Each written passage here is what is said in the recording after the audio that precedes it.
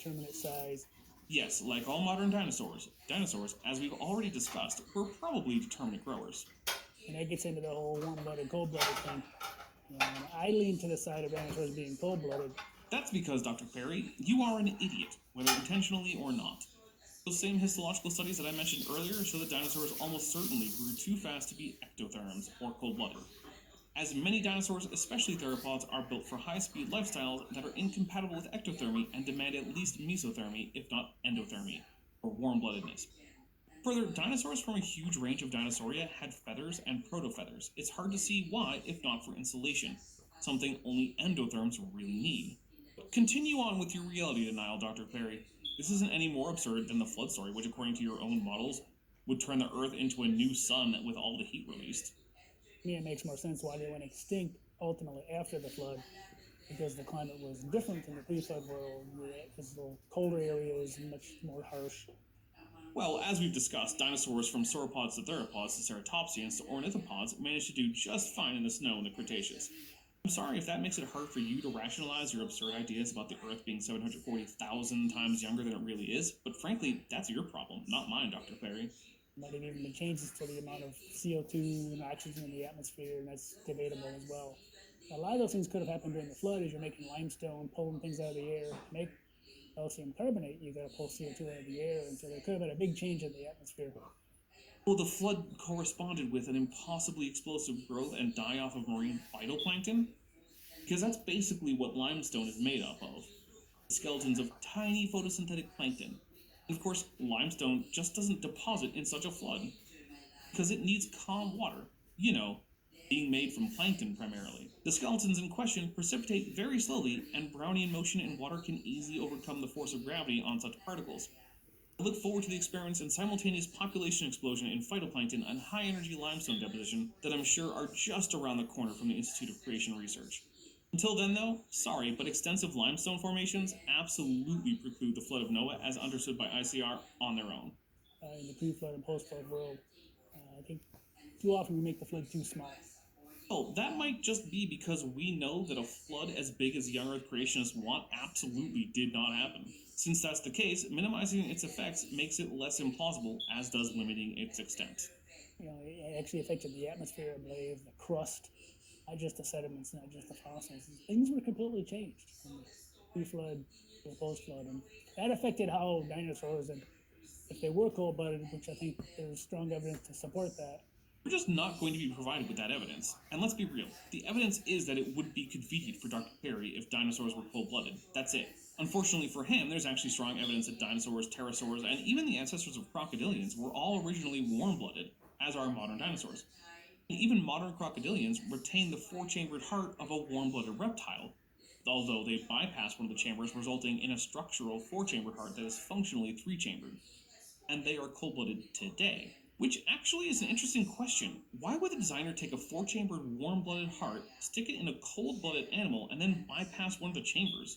Why not just give crocodilians the lizard hearts they could just as easily have had? There's no good reason. The only reason is that crocodilians evolved from warm-blooded ancestors who needed a four-chambered heart. How they could have survived in the post-flood world. They had a much more limited range of where they could live, the equatorial regions. Snakes are among the most widespread cold-blooded reptiles, and since we're talking about what Perry is pretending are cold-blooded dinosaurs, they're not the worst proxy. They're found as far north as Scandinavia and as far south as southern Argentina and Chile, and Tasmania. That's far outside the tropics. Also, unlike snakes, dinosaurs had enough to keep them warm in many cases. This idea simply doesn't hold water. Nothing about the modern climate would preclude dinosaurs, and let's not forget that in the real world, dinosaurs today range across literally every landmass on Earth, including the coast of Antarctica. They couldn't live up in the Great North, especially right after the flood when there was an ice age that would have forced them further south from where the Ark landed. And they would have to live in these climates, a little tough climates for them to survive in. And so many animals today even go extinct. Ah, the poor Arctic tern. A dinosaur that cannot live in cold environments, despite spending basically its whole life within the polar regions of the world. Granted, it does so in local summer, but still. And if we need a more extreme example, how about, penguins? Famously well adapted in most cases to the coldest landmass on Earth, Antarctica. Maybe if we couldn't just look around and see dinosaurs doing just fine at the actual coldest place on Earth, this would make more sense. Because of long-term climate change, long-term, their vegetation that they ate is being wiped out. And it isn't always caused by humans. It's, of course, we pushed the envelope. We might have helped push the envelope on the dinosaurs as well. Modern climate change is almost entirely caused by human activity, and without such activity, the Earth would probably be heading for another glacial expansion. As it is, humans are in the process of entirely ending the Ice Age, and doing so in record times in terms of the history of climate change on Earth. This is not something that's actually under any debate in the scientific community. It's quite conclusive. The driving cause of climate change is atmospheric carbon dioxide, and the majority source of introducing that chemical into the atmosphere is human burning of fossil fuels. It is absolutely a problem, and unfortunately there are not a lot of easy solutions. But there are people working on it, and we have avoided the worst case scenarios that were projected a decade or so ago. But we're far from out of the woods on that. We need to expand renewable and nuclear power sources. There aren't other actual options. You can't physically plant enough trees to make a dent. No amount of your personally reducing your carbon footprint is going to make the change. We need to restructure the power production of every major economy in the world. Period. But ultimately, I believe they went extinct. They were diminishing in number because the conditions after the flood were different before the flood. But they were around for a long, long time. And the only evidence of that we were presented with was a relief from a Spanish altar that even they don't think depicts a dinosaur, and definitely doesn't accurately depict the animal they said it was. You'll have to forgive me if I find that entirely uncompelling. How can you say they were not warm-blooded? Good question. In fact, one of the dinosaurs already mentioned by these two bozos was Sinosauropteryx. We have numerous unambiguous fossils containing insulating filaments in dinosaurs, as well as histological studies that indicate rapid metabolic rates consistent with endothermy. So let's see if we get anything to indicate cold-bloodedness beyond just that dinosaurs are reptiles and it's convenient to their story for them to be cold-blooded. Because they have to be warm-blooded in order to evolve into birds. No, Dinosauria as a whole does not need to be warm-blooded in order for a subset to evolve into warm-blooded birds. All that's needed is for that subset to be warm-blooded sometime before the emergence of crown aves. Then, bam, birds are ancestrally warm-blooded. That endothermy appears to be the basal trait in the wider Archosauria is basically a coincidence. Now, we do know that most dinosaurs were probably at least mesothermic, which is basically the midway between warm and cold-blooded, and many were certainly full endotherms. Which we know dinosaurs are birds, right? Well, that's the story we're studying now in the secular world. The dinosaurs were birds. No one says Triceratops was a bird. Saying dinosaurs are birds is like saying mammals are humans. It's beyond stupid. It betrays a complete misunderstanding of the most basic aspects of taxonomy. The level of taxonomy a toddler can understand. Vice versa. There you go. Vice versa. The thing is, it's true. Birds meet every definition of dinosaur. And of course, you know what's not about to happen? It's that they're not going to give us a good definition of dinosaur and then truthfully show us how birds fail to meet it. I know that won't happen because that's impossible.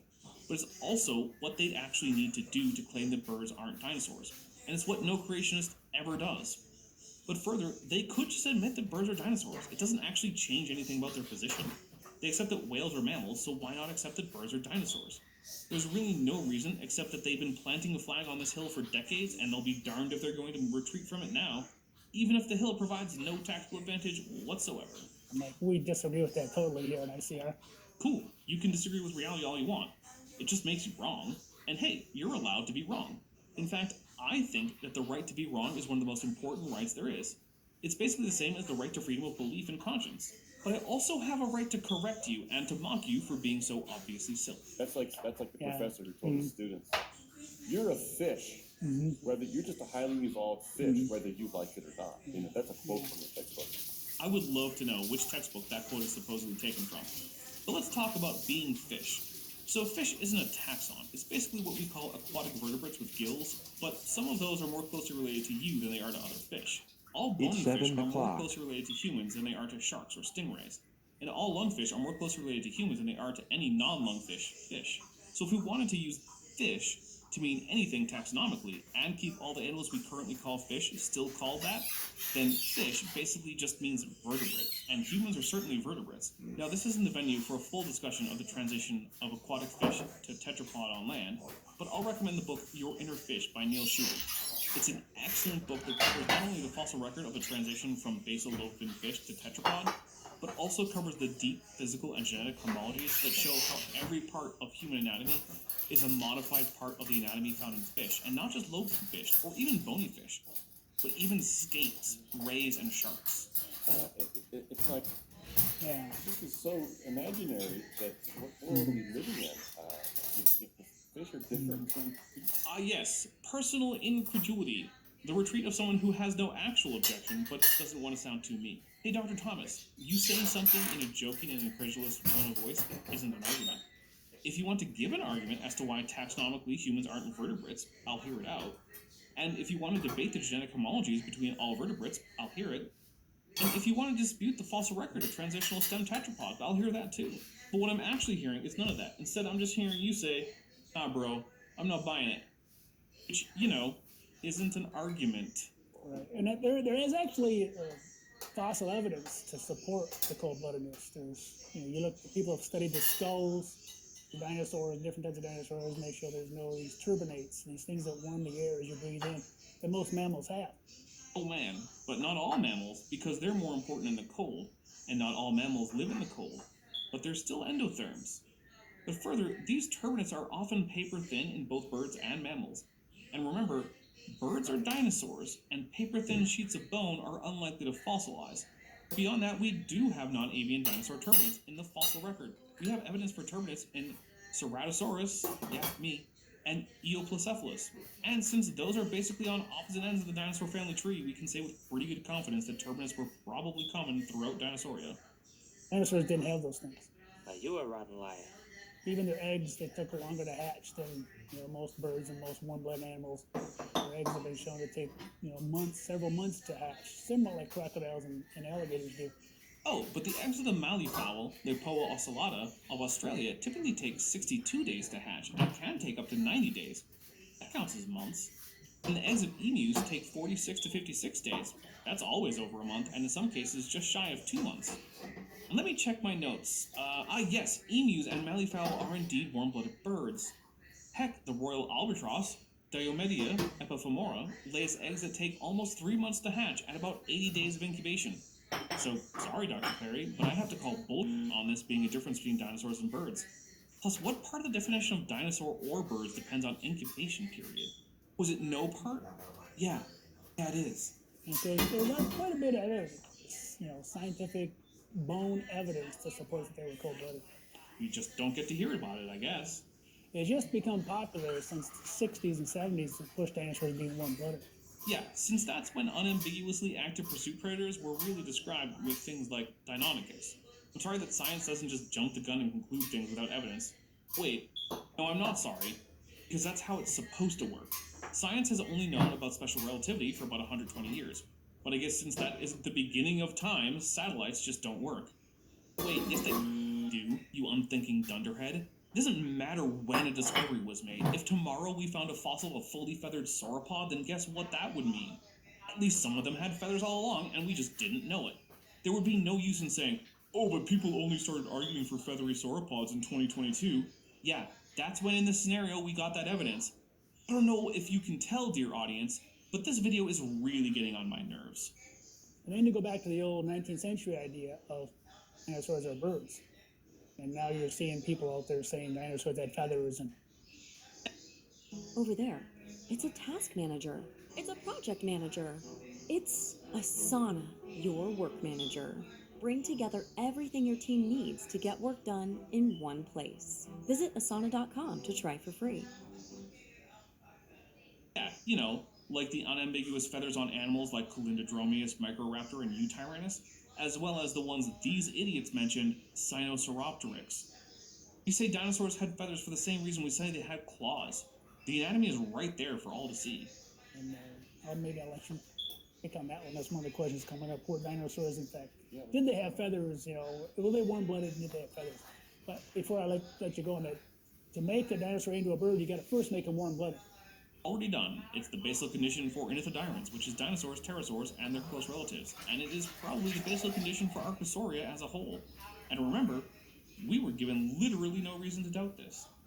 And so I think that's the first step that they took in the 70s and 80s. They started pushing dinosaurs were warm-blooded. Even though the evidence is not strong. You know what? I'm not above reusing a meme. There's some evidence to support, there are some similarities between certain types of dinosaurs and birds.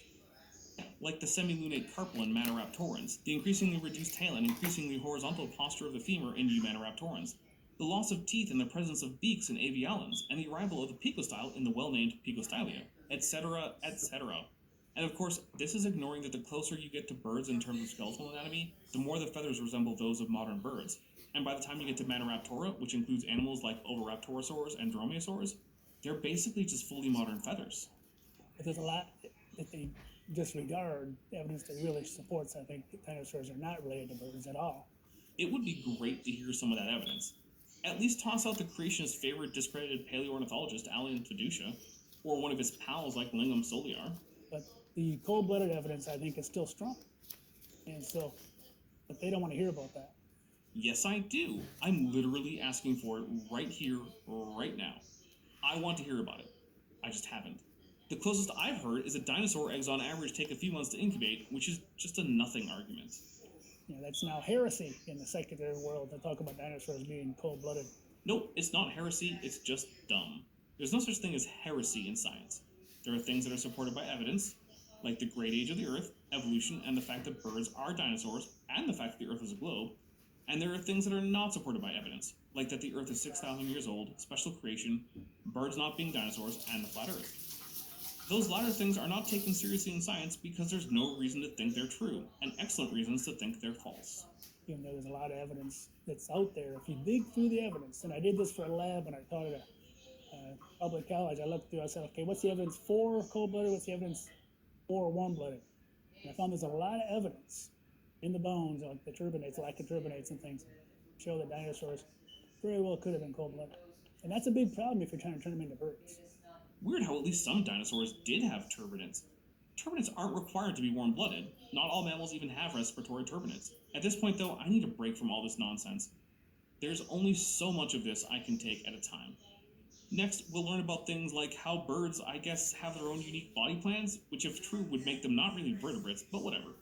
If you liked this video, hit the like button. If you didn't, tell me why not in the comments and hit the dislike button. Either way, please do subscribe and hit the bell icon and turn on all notifications so you're always notified when I have new content. I'm the Dapper Dinosaur. Thanks for watching, but before you go, I just want to say a special thank you to my channel members and my patrons, especially those pledging $20 or above. Bob Knob, Work in Progress, Tovin, Tapioca Weasel, Denny5252, Ian Chen, Landon Knoll, Mappy Babby, McSpooks, Sphincter of Doom, Venerable Bead, and Atheist Animal. As you probably know, YouTube is a very volatile platform, and from month to month my income on the channel can swing wildly. People you see on screen are directly supporting so that I don't have to worry too much about that. The channel can keep going as it is, and perhaps even improving. If you'd like to join this team, there are links below to join the channel or in the description to join the Patreon. Patreon starts as low as $1 a month, and the channel memberships start as low as $1.99 a month. On Patreon, you can even get a discount for pledging annually. If you do decide to pledge, you'll get access to an exclusive Discord server just for channel supporters, as well as early access to all of my pre-recorded videos, often up to 2 months in advance. Higher tiers will unlock even better perks. Now, if an annual or monthly pledge isn't right for you, but you still want to support the channel, there is a merch store down in the description, as well as an Amazon wishlist, just for me. And if financial support isn't something you can or want to do, and if you still want to help out the channel, please just like and share these videos and make sure you comment on them. It really helps the channel out. Thanks again for watching.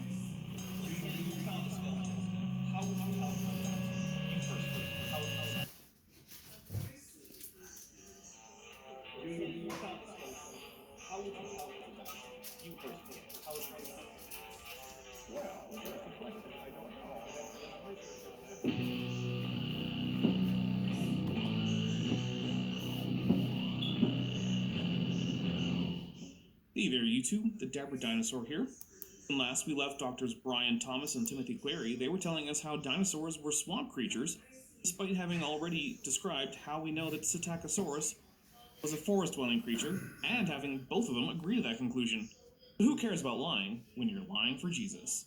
The very last thing we heard them say is that dinosaurs don't have nasal turbinates, which one, we shouldn't normally find fossilized anyway, and two, we have dinosaur turbinates, despite that. So they're wrong. Anyway, let's see what we've got today. George Lucas and Brian, Steven Timmy, Spielberg take it away, boys. And that's all part of the flood record anyway. The Land Before You're looking Time. at dinosaurs are wiped out at a certain level in the flood, and that's what my research is showing. And then By my research is showing, of course, he means that is a conclusion I reached, and then just scrabbled together whatever evidence I could find that didn't directly contradict that idea, and ignored or lied about the rest. and above that, you have most of your common mammals like the horses. And So you got you that- would expect to find and they're in humans layers. They're in flood layers, but they're way up. way up above the dinosaurs. Interestingly, that's a matter of not inconsiderable disagreement among so-called flood geologists. Flood geologist, it kind of sounds like flat earth cartographer. Of course, they're not geologists because what they're doing isn't science, and geology is a science, but regardless, if there were an event as obvious, significant, and catastrophic as a global deluge, we wouldn't need much debate about which rocks are part of the record of that event. They would all be obvious. The reason they're not is that the fossil-bearing rocks are just like rocks forming today. They include the same kind of rocks that we see form now in rivers, at the bottom of lakes, in moraines, in marine lagoons, in deserts, etc. There's no obvious place to put the flood because none of the rock looks like rock that could be easily assigned to such an event. So we get estimates of the flood boundary ranging from the end of the Carboniferous all the way up to the end of the Pleistocene, and every creationist has good reasons that every other option besides their own is impossible, for the simple reason that they're all impossible, as every geologist who actually does geology could tell you. Above the dinosaur layers. And in the post-flood world, you need to make a fossil. You got to have things buried fast and deep. Just faster than decay, which in many places is not very fast at all. And yes, fossils are forming today. Just look up subfossils, which are the remains of animals currently turning into permineralized fossils, but that have not yet completed that transformation. And that's the key. People forget you got to bury things fast and deep. And then it has to be water pretty quickly. Otherwise, it just if it Right, sits in, it'll dissolve away. it'll dissolve and rot. Fun fact, dissolving the original bone is part of the typical process of fossilization. That's why most fossils are actually rocks in the shape of bones, not the actual bones themselves. So the fact that we even have a world full of continents that have rock layers, that have fossils, and every continent has dinosaur fossils,